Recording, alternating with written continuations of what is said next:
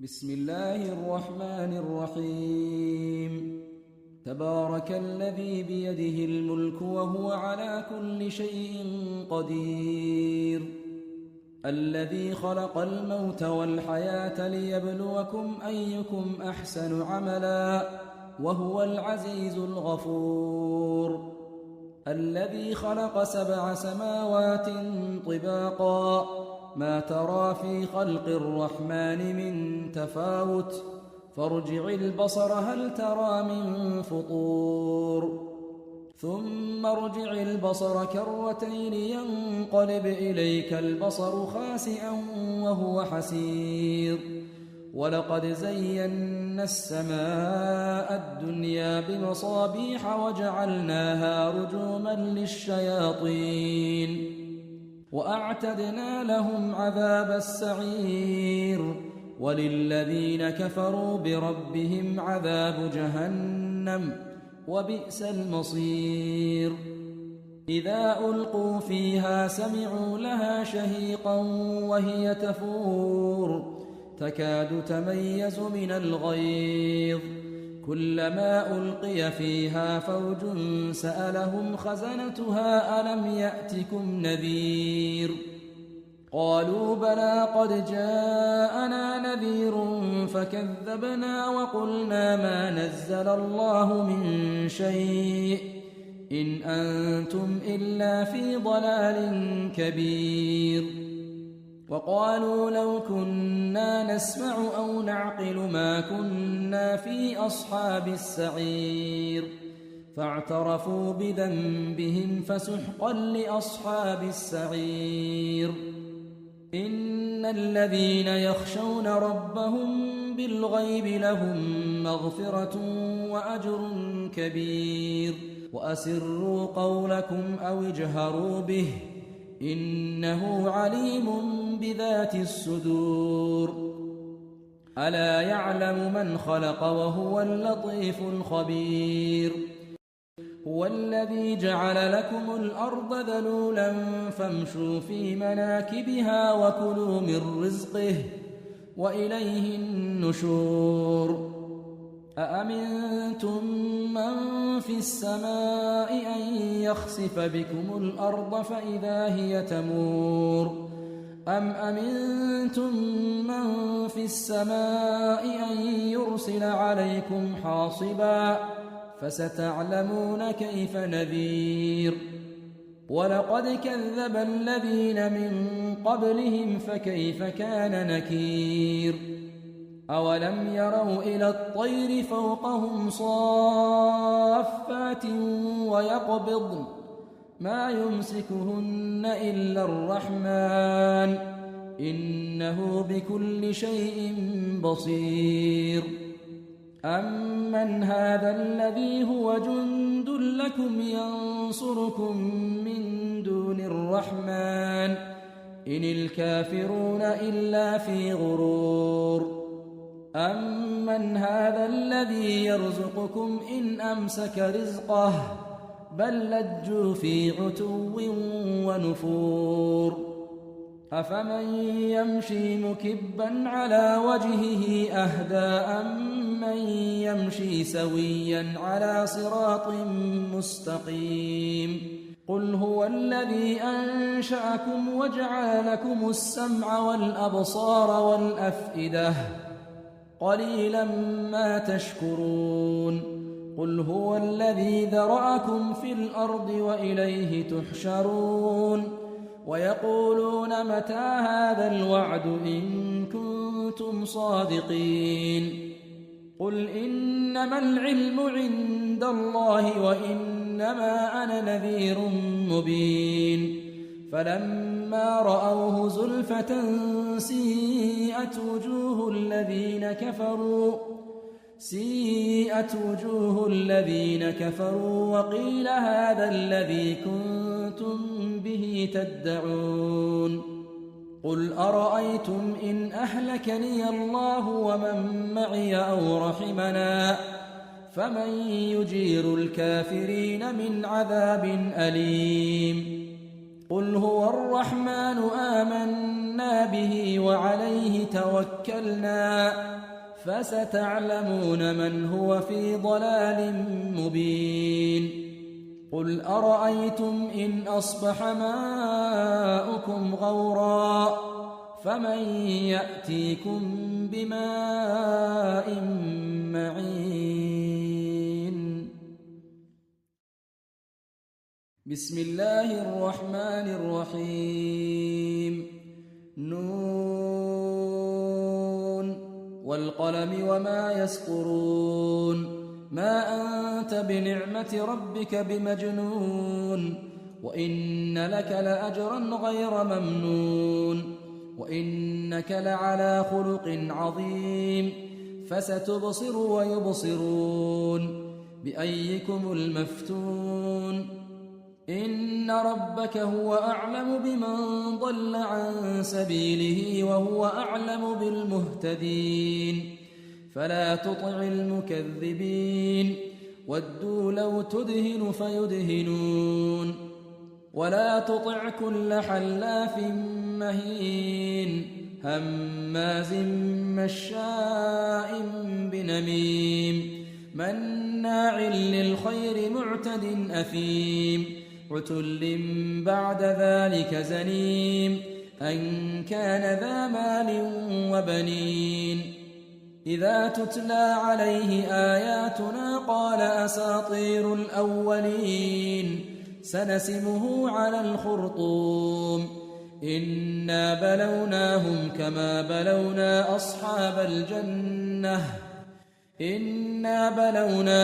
كما بلونا أصحاب الجنة إذ أقسموا ليصرمنها مصبحين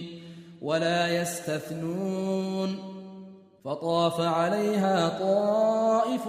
من ربك وهم نائمون فأصبحت كالصريم فتنادوا مصبحين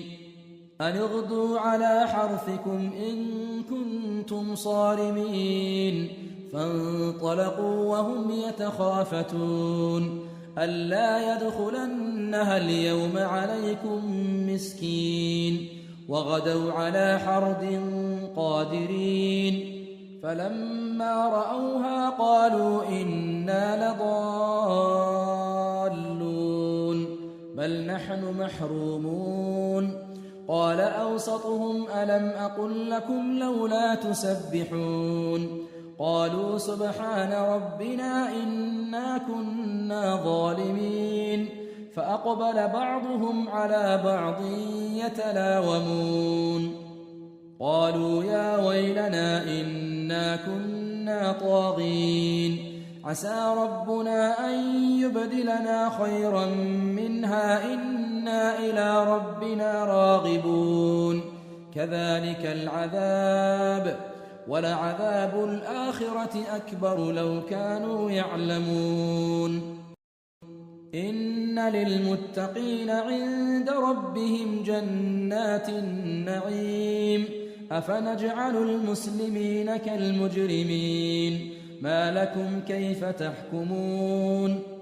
أم لكم كتاب فيه تدرسون إن لكم فيه لما تخيرون أم لكم أيمان علينا بالغة إلى يوم القيامة إن لكم لما تحكمون سلهم أيهم بذلك زعيم أم لهم شركاء فليأتوا بشركائهم إن كانوا صادقين يوم يكشف عن ساق ويدعون إلى السجود فلا يستطيعون خاشعة أبصارهم ترهقهم ذلة وقد كانوا يدعون إلى السجود وهم سالمون فذرني ومن يكذب بهذا الحديث سنستدرجهم من حيث لا يعلمون وأملي لهم إن كيدي متين أم تسألهم أجرا فهم من مغرم مثقلون أم عندهم الغيب فهم يكتبون فاصبر لحكم ربك ولا تكن كصاحب الحوت إذ نادى وهو مكظوم لولا أن تداركه نعمة من ربه لنبذ بالعراء وهو مذموم فاجتباه ربه فجعله من الصالحين وإن يكاد الذين كفروا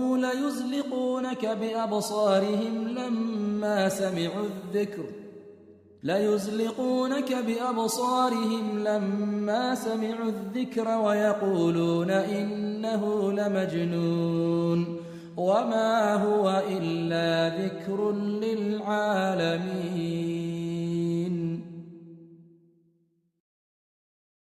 بسم الله الرحمن الرحيم. الحاقة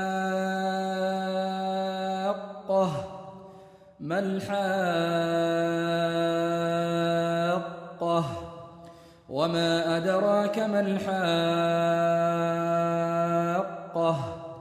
كذبت ثمود وعاد بالقارعة فأما ثمود فأهلكوا بالطاغية وأما عاد فأهلكوا بريح صرصر عاتية سخرها عليهم 7 ليال و8 أيام حسوما فترى القوم فيها صرعى كأنهم أعجاز نخل خاوية فهل ترى لهم من باقية وجاء فرعون ومن قبله والمؤتفكات بالخاطئة فعصوا رسول ربهم فأخذهم أخذة رابية إنا لما طغى الماء حملناكم في الجارية لنجعلها لكم تذكرة وتعيها أذن واعية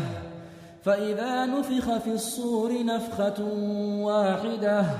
وحملت الأرض والجبال فدكتا دكة واحدة فيومئذ وقعت الواقعة وانشقت السماء فهي يومئذ واهية والملك على أرجائها ويحمل عرش ربك فوقهم يومئذ 8 يومئذ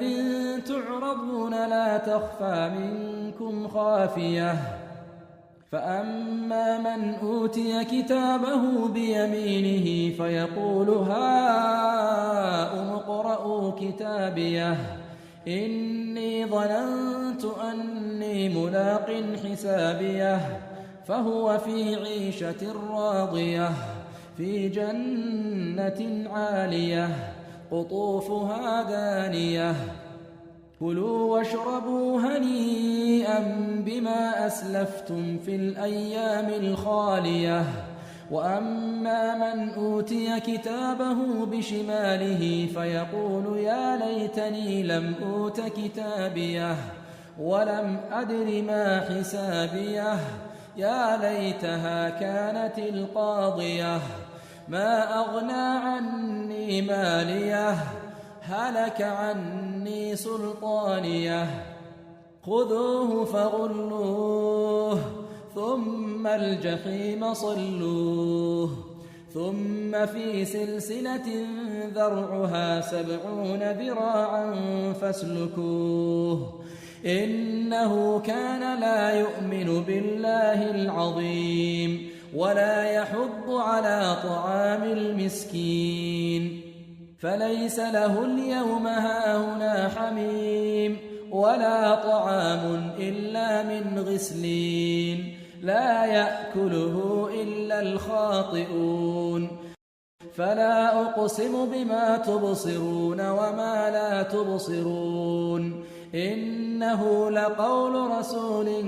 كريم وما هو بقول شاعر قليلا ما تؤمنون ولا بقول كاهن قليلا ما تذكرون تنزيل من رب العالمين ولو تقول علينا بعض الأقاويل لأخذنا منه باليمين ثم لقطعنا منه الوتين فما منكم من أحد عنه حاجزين وإنه لتذكرة للمتقين وإنا لنعلم أن منكم مكذبين وإنه لحسرة على الكافرين وإنه لحق اليقين فسبح باسم ربك العظيم. بسم الله الرحمن الرحيم. سأل سائل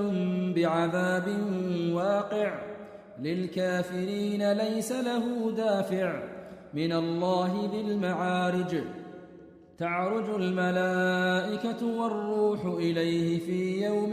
كان مقداره 50,000 سنة فاصبر صبرا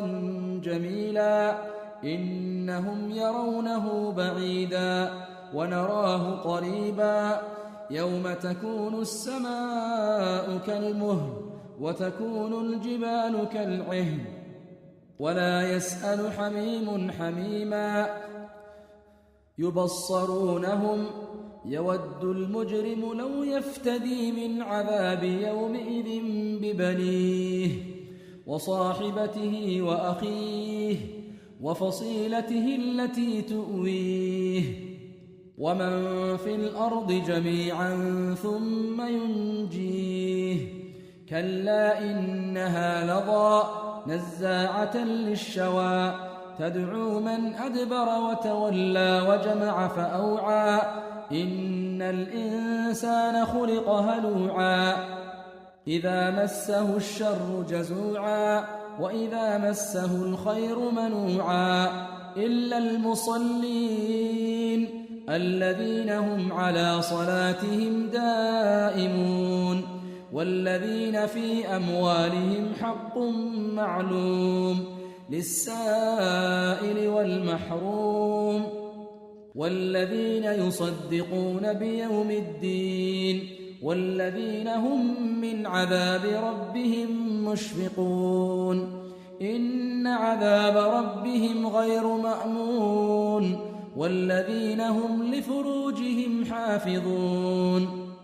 إلا على أزواجهم أو ما ملكت أيمانهم فإنهم غير ملومين فمن ابتغى وراء ذلك فأولئك هم العادون والذين هم لأماناتهم وعهدهم راعون والذين هم بشهاداتهم قائمون والذين هم على صلاتهم يحافظون أولئك في جنات مكرمون فما للذين كفروا قبلك مهطعين عن اليمين وعن الشمال عزين أيطمع كل امرئ منهم أن يدخل جنة نعيم كلا إنا خلقناهم مما يعلمون فلا أقسم برب المشارق والمغارب إنا لقادرون على أن نبدل خيرا منهم وما نحن بمسبوقين فذرهم يخوضوا ويلعبوا حتى يلاقوا يومهم الذي يوعدون يوم يخرجون من الأجداث سراعا كأنهم إلى نصب يوفضون خاشعة أبصارهم ترهقهم ذلة ذلك اليوم الذي كانوا يوعدون. بسم الله الرحمن الرحيم. إنا أرسلنا نوحا إلى قومه أن أنذر قومك من قبل أن يأتيهم عذاب أليم قال يا قوم إني لكم نذير مبين أن اعبدوا الله واتقوه وأطيعون يغفر لكم من ذنوبكم ويؤخركم إلى أجل مسمى إن أجل الله إذا جاء لا يؤخر لو كنتم تعلمون قال رب إني دعوت قومي ليلا ونهارا فلم يزدهم دعائي إلا فرارا وإني كلما دعوتهم لتغفر لهم جعلوا أصابعهم في آذانهم واستغشوا ثيابهم وأصروا واستكبروا استكبارا ثم إني دعوتهم جهارا ثم إني أعلنت لهم وأسررت لهم إسرارا فقلت استغفروا ربكم إنه كان غفارا يرسل السماء عليكم مدرارا ويمددكم بأموال وبنين ويجعل لكم جنات ويجعل لكم أنهارا ما لكم لا ترجون لله وقارا وقد خلقكم أطوارا ألم تروا كيف خلق الله 7 سماوات طباقا وجعل القمر فيهن نورا وجعل الشمس سراجا والله أنبتكم من الأرض نباتا ثم يعيدكم فيها ويخرجكم إخراجا والله جعل لكم الأرض بساطا لتسلكوا منها سبلا فجاجا قال نوح رب إنهم عصوني واتبعوا من لم يزده ماله وولده إلا خسارا ومكروا مكرا كبارا وقالوا لا تذرن آلهتكم ولا تذرن ودا ولا سواعا ولا يغوث ويعوق ونسرا وقد أضلوا كثيرا ولا تزد الظالمين إلا ضلالا مما خطيئاتهم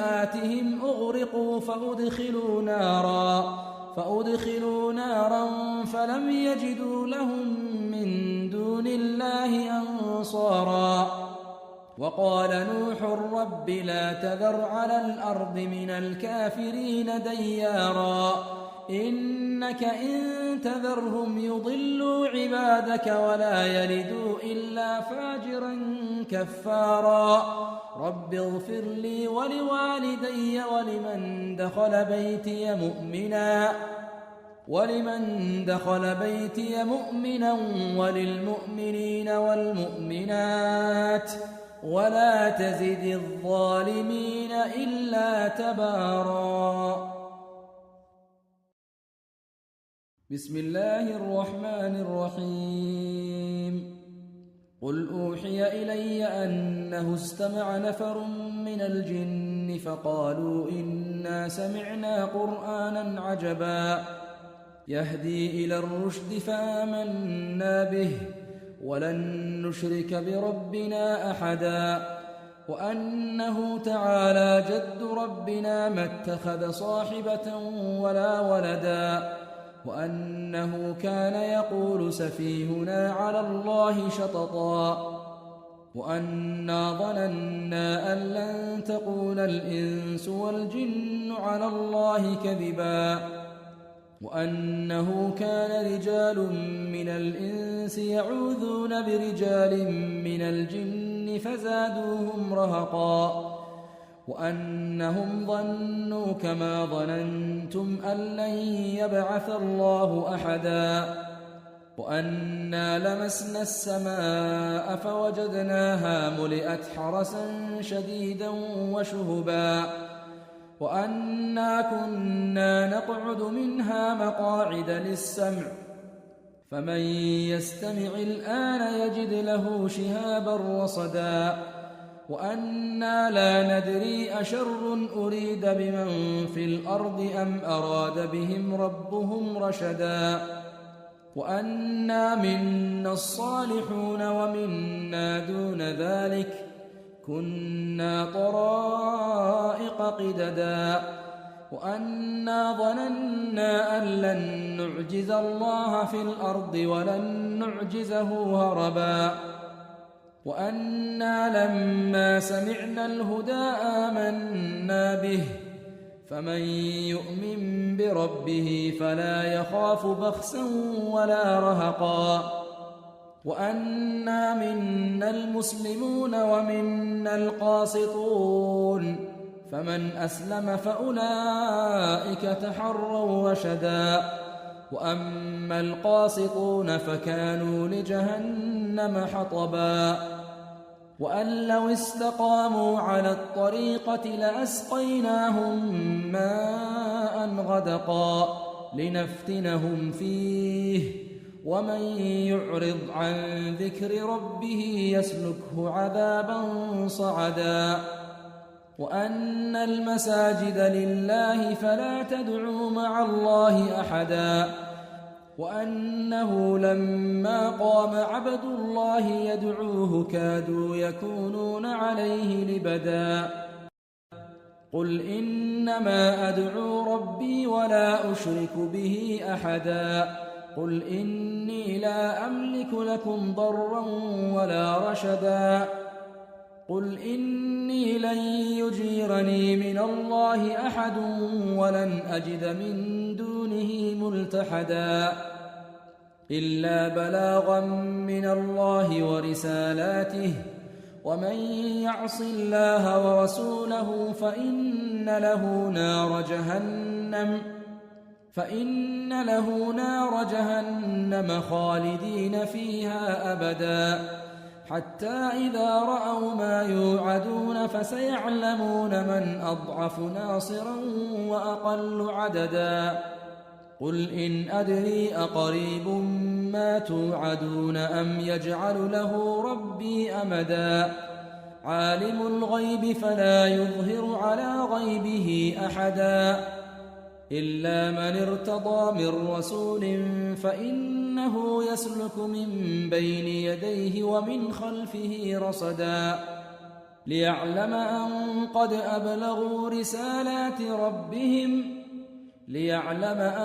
قد أبلغوا رسالات ربهم وأحاط بما لديهم وأحصى كل شيء عددا بسم الله الرحمن الرحيم يا أيها المزمل قم الليل إلا قليلا نصفه أو انقص منه قليلا أو زد عليه ورتل القرآن ترتيلا إنا سنلقي عليك قولا ثقيلا إن ناشئة الليل هي أشد وطئا وأقوم قيلا إن لك في النهار سبحا طويلا واذكر اسم ربك وتبتل إليه تبتيلا رب المشرق والمغرب لا إله إلا هو فاتخذه وكيلا واصبر على ما يقولون واهجرهم هجرا جميلا وذرني والمكذبين أولي النعمة ومهلهم قليلا إن لدينا أنكالا وجحيما وطعاما ذا غصة وعذابا أليما يوم ترجف الأرض والجبال وكانت الجبال كثيبا مهيلا إنا أرسلنا إليكم رسولا شاهدا عليكم كما أرسلنا إلى فرعون رسولا فعصى فرعون الرسول فأخذناه أخذا وبيلا فكيف تتقون إن كفرتم يوما يجعل الولدان شيبا السماء منفطر به كان وعده مفعولا إن هذه تذكرة فمن شاء اتخذ إلى ربه سبيلا إن ربك يعلم أنك تقوم أدنى من ثلثي الليل ونصفه وثلثه وطائفة من الذين معك، والله يقدر الليل والنهار. علم أن لن تحصوه فتاب عليكم فاقرؤوا ما تيسر من القرآن. علم أن سيكون منكم مرضى وآخرون يضربون في الأرض يبتغون من فضل الله وآخرون يقاتلون في سبيل الله فاقرؤوا ما تيسر منه، وأقيموا الصلاة وآتوا الزكاة وأقرضوا الله قرضا حسنا، وما تقدموا لأنفسكم من خير تجدوه عند الله هو خيرا وأعظم أجرا، واستغفروا الله إن الله غفور رحيم. بسم الله الرحمن الرحيم. يا أيها المدثر قم فأنذر وربك فكبر وثيابك فطهر والرجز فاهجر ولا تمنن تستكثر ولربك فاصبر. فإذا نقر في الناقور فذلك يومئذ يوم عسير على الكافرين غير يسير. ذرني ومن خلقت وحيدا وجعلت له مالا ممدودا وبنين شهودا ومهدت له تمهيدا ثم يطمع أن أزيد كلا إنه كان لآياتنا عنيدا سأرهقه صعودا إنه فكر وقدر فقتل كيف قدر ثم قتل كيف قدر ثم نظر ثم عبس وبسر ثم أدبر واستكبر فقال إن هذا إلا سحر يؤثر إن هذا إلا قول البشر سأصليه سقر وما أدراك ما سقر لا تبقي ولا تذر لواحة للبشر عليها 19 وما جعلنا أصحاب النار إلا ملائكة وما جعلنا عدتهم إلا فتنة للذين كفروا ليستيقن الذين أوتوا الكتاب ويزداد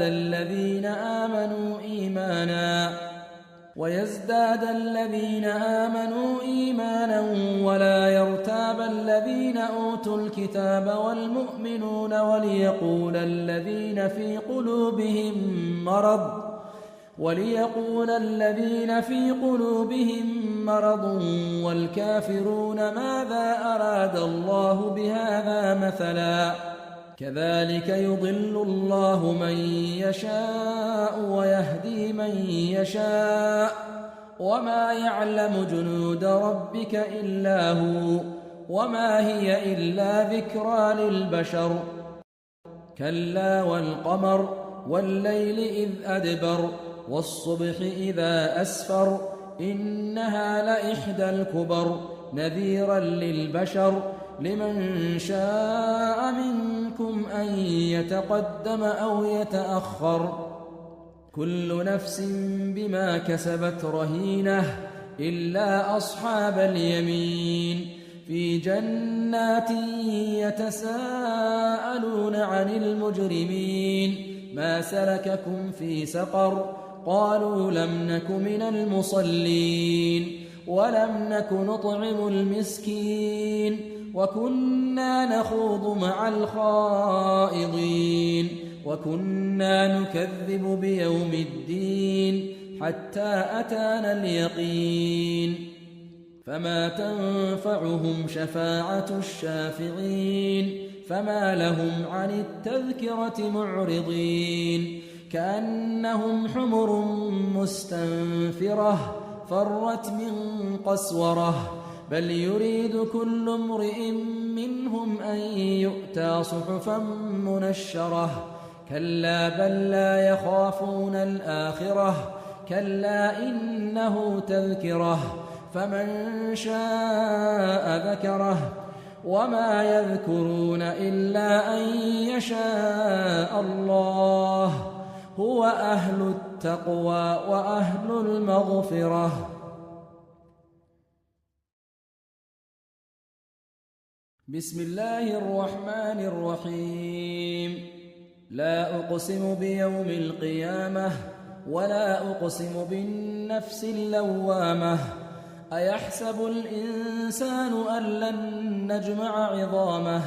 بلى قادرين على أن نسوي بنانه بل يريد الإنسان ليفجر أمامه يسأل أيان يوم القيامة فإذا برق البصر وخسف القمر وجمع الشمس والقمر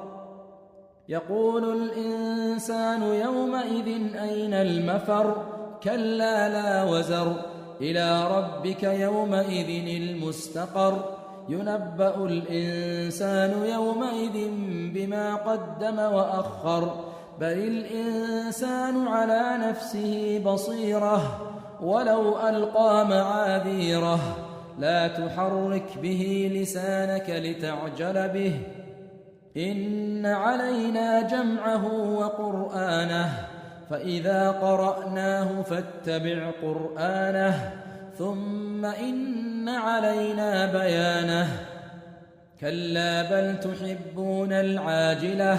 وتذرون الآخرة وجوه يومئذ ناظرة إلى ربها ناظرة ووجوه يومئذ باسرة تظن أن يفعل بها فاقرة كلا إذا بلغت التراقي وقيل من راق وظن أنه الفراق والتفت الساق بالساق إلى ربك يومئذ المساق فلا صدق ولا صلى ولكن كذب وتولى ثم ذهب إلى أهله يتمطى أولى لك فأولى ثم أولى لك فأولى أيحسب الإنسان أن يترك سدى ألم يك نطفة من مني يمنى ثم كان علقة فخلق فسوى فجعل منه الزوجين الذكر والأنثى أليس ذلك بقادر على أن يحيي الموتى. بسم الله الرحمن الرحيم. هل أتى على الإنسان حين من الدهر لم يكن شيئا مذكورا إنا خلقنا الإنسان من نطفة أمشاج نبتليه فجعلناه سميعا بصيرا إنا هديناه السبيل إما شاكرا وإما كفورا إنا أعتدنا للكافرين سلاسل وأغلالا وسعيرا إن الأبرار يشربون من كأس كان مزاجها كافورا عينا يشرب بها عباد الله يفجرونها تفجيرا يوفون بالنذر ويخافون يوما كان شره مستطيرا ويطعمون الطعام على حبه مسكينا ويتيما وأسيرا إنما نطعمكم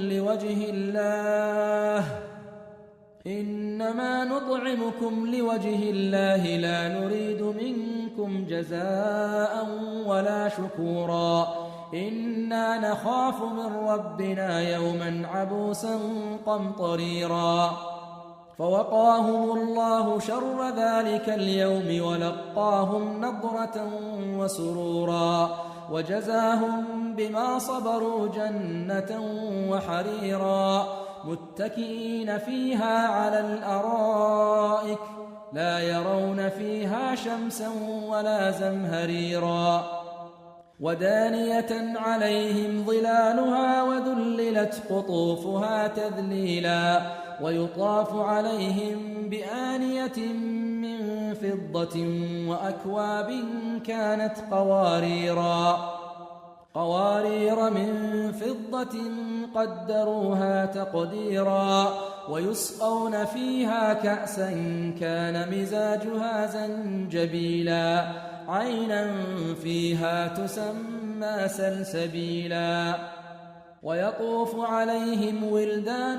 مخلدون إذا رأيتهم حسبتهم لؤلؤا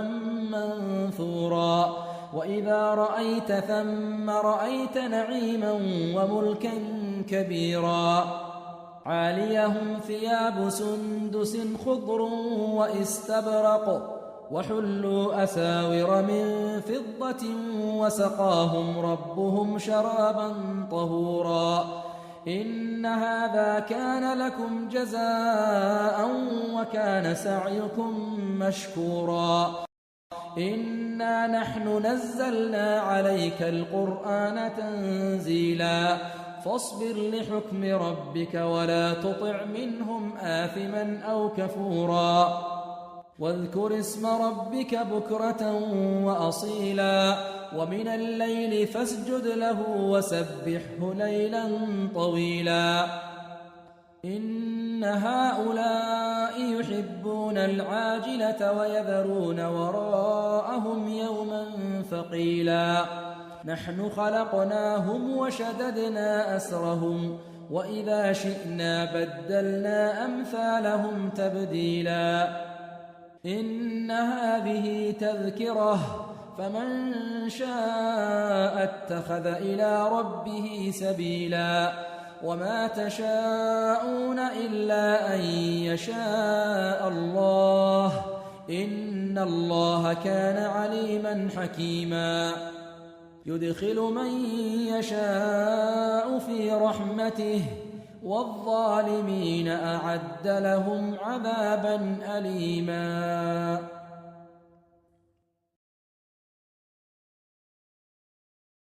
بسم الله الرحمن الرحيم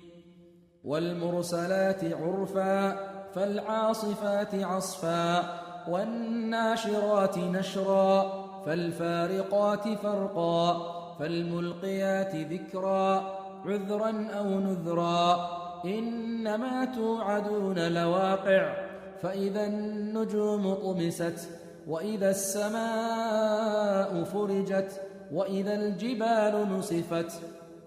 وإذا الرسل أقتت لأي يوم أجلت ليوم الفصل وما أدراك ما يوم الفصل ويل يومئذ للمكذبين ألم نهلك الأولين ثم نتبعهم الآخرين كذلك نفعل بالمجرمين ويل يومئذ للمكذبين ألم نخلقكم من ماء مهين فجعلناه في قرار مكين إلى قدر معلوم فقدرنا فنعم القادرون ويل يومئذ للمكذبين ألم نجعل الأرض كفاتا أحياء وأمواتا وجعلنا فيها رواسي شامخات وأسقيناكم ماء فراتا ويل يومئذ للمكذبين انطلقوا إلى ما كنتم به تكذبون انطلقوا إلى ظل ذي 3 شعب لا ظليل ولا يغني من اللهب إنها ترمي بشرر كالقصر كأنه جمالة صفر ويل يومئذ للمكذبين هذا يوم لا ينطقون ولا يؤذن لهم فيعتذرون ويل يومئذ للمكذبين هذا يوم الفصل جمعناكم والأولين فإن كان لكم كيد فكيدون ويل يومئذ للمكذبين إن المتقين في ظلال وعيون وفواكه مما يشتهون كلوا واشربوا هنيئا بما كنتم تعملون إنا كذلك نجزي المحسنين ويل يومئذ للمكذبين كلوا وتمتعوا قليلا إنكم مجرمون ويل يومئذ للمكذبين وإذا قيل لهم اركعوا لا يركعون ويل